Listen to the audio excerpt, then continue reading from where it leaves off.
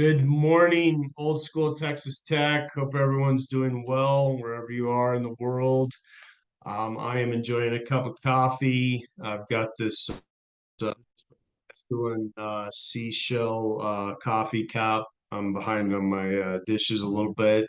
But anyway, I hope everyone's doing well. I meant to come out with this recap of the K-State game in Lubbock on Tuesday, like usual. But honestly, this loss was so painful. I needed another day to digest it, and I was fairly busy yesterday. So anyway, I had a little time today, so I thought I would recap the game. Jordan's busy doing real estate stuff. So it's you're stuck with me today. Hope that's okay. But anyway, I'm going to do my five takeaways. It'll be kind of short and sweet today. The first takeaway is this was Saturday was as close to a must win without actually technically being a must win. My opinion, we have 5 games left. Three or four of them are winnable. Um, we have at least some chance to win at this point.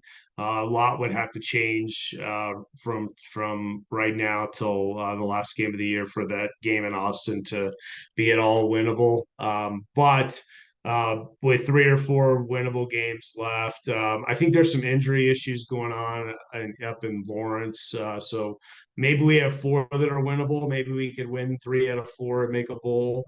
I don't see it right now, but we'll see how we respond on Saturday at BYU in Utah and the altitude. But this was a really bad loss. There's no way around that. People who are out there saying that we can't be critical of the team, they're just absolutely wrong. The diehard fans, those of us who follow every game, we have a right to be upset about this season and this game particularly.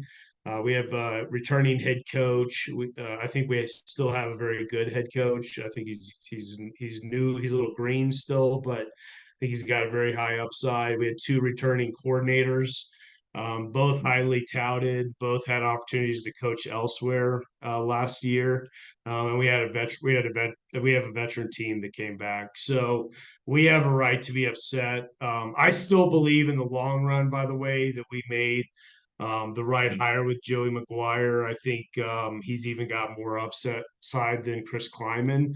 A lot of you guys are probably rolling your eyes at me because Chris Kleiman's won 4 national titles at the FCS level, but I do think Joey McGuire does have a higher upside just because of his ability to recruit Texas. I think that we have some problems on our staff, especially on the offensive side of the staff. That's going to have to be tweaked. I think he's going to need some different coaches. But anyway, that's for the end of the season. So that's my first takeaway. So really bad loss. This was as close to a must win without technically being a must win, and we absolutely have a right to be critical. I'm not talking about the fan who tunes in just for the big game. I'm talking about those of us, and there's a lot of us who keep up with all these games. We listen to them on the radio or we watch them on TV. We have every right to be furious about Saturday and the season as a whole.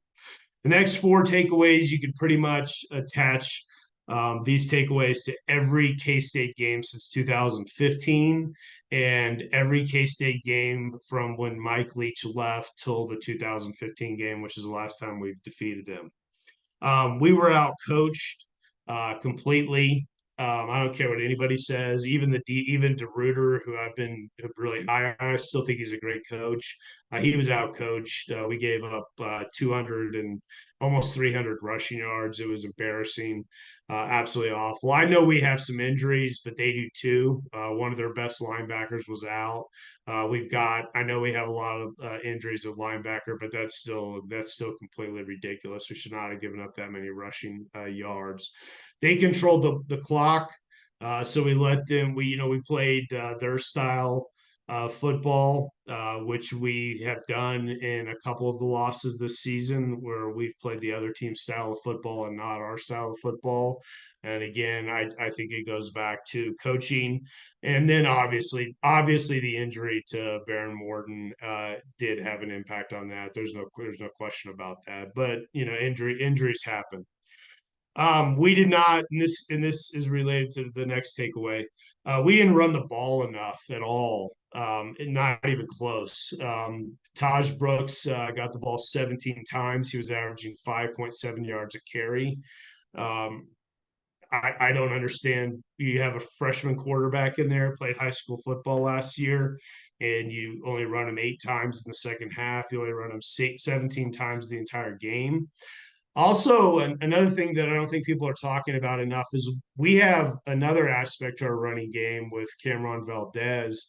He only got 6 carries the whole game. Now he's not like a 5 yard carry kind of guy that you can rely on for several yards every time you give him the ball. Usually like Taj Brooks, but he needs more opportunities, especially with a freshman running back. If we had kept feeding him the ball, especially on things yardage situations like 2nd and 2, why not give it to Cameron Valdez, see if he can hit a home run and run for 30 or 40 yards? He's known to do that. I just didn't think that either of the running backs were utilized enough. And this is something that's been a pattern throughout the season. And they talk a big talk at the press conferences, especially Kitley. And I just don't get it. I know they this week they said, we had to check out of running plays because of the K-State alignments and things like that. But to me, until they can prove that they can stop you, you keep running the ball, especially with a young quarterback like that. It just makes absolutely no sense to me whatsoever. And this is a new one for me, but I've heard some other people talking about it. Our receivers are not doing enough. They were talking about how they were going to get Bradley so much more involved in the game because they feared that K State would stack the box with 7 8 people up front, and he didn't have earth shattering numbers. He had 1 touchdown. I think it was less than 50 yards receiving. So our receivers are not doing enough. I remember when last year ended, the question everyone was asking is who can handle our receivers next year, with either quarterback. And the question is everybody's been able to handle them for the most part, except for Tarleton State. Defense, I've been very high on our defense. It was absolutely horrific on Saturday. That's my last takeaway. Absolutely horrible. Gave up almost 300 yards rushing to a freshman quarterback. And a lot of people are like, "Well, how could you guys are horrible fans because you're criticizing a freshman quarterback?" Well, they had a freshman quarterback too.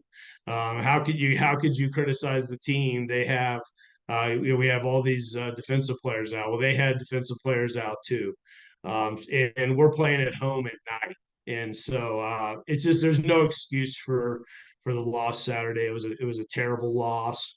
I'm not saying the season's over. If we go up to BYU and win, we're favored to win. It's going to be a tough game. I don't know that much about them. I'm gonna be interested to learn more about them as they have joined our conference. But if we can get that win, there'll be new hope. We still have enough games left to become bowl eligible.